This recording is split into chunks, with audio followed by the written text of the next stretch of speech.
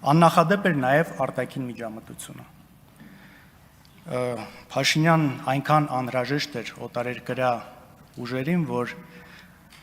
խախտելով միջազգայինորեն ընդունված սկզբունքները փաստացի ուղղակիորեն նրանք միջամտեցին Հայաստանի ընտրական գործընթացին։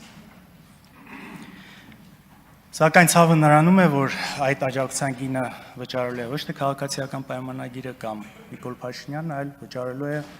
ամբողջ մեր հայ ժողովուրդը։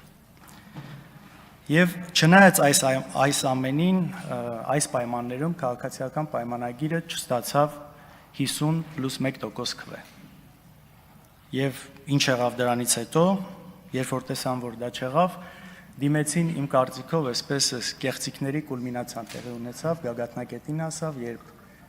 խորհրդարանի անցողիկ շեմը հաղթահարած Բարգավաճ Հայաստան կուսակցությանը պարզապես զրկեցին այստեղ լինելուց ու գողացան այդ ձայները։ 58,500 քաղաքացու ձայն գողացվեց։ Անցած 5 տարիները թերևս մեր նորագույն պատմության ամենածանր տարիներից էին։ Արցախը հայթափվեց, շուրջ 150,000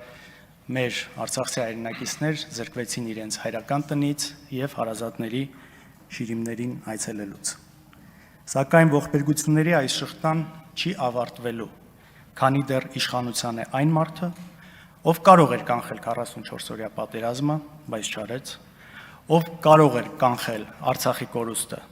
բայց չարեց, ով կարող էր կանխել հազարավոր հայրենիների զոհվելը, բայց չարեց։ Փոխարենը ամեն անգամ հմտորեն նշանակվում էին մեղավորներ, այդ կերպ մոլորեցնելով մեր ժողովրդին։ Որպես ընդդիմություն, սիրելի հայրենակիցներ, մենք դեռևս չենք հասել մեր նպատակին, բայց նաև չենք նահանջել, չենք ընկրկել նույնիսկ մեկ վայրկյան։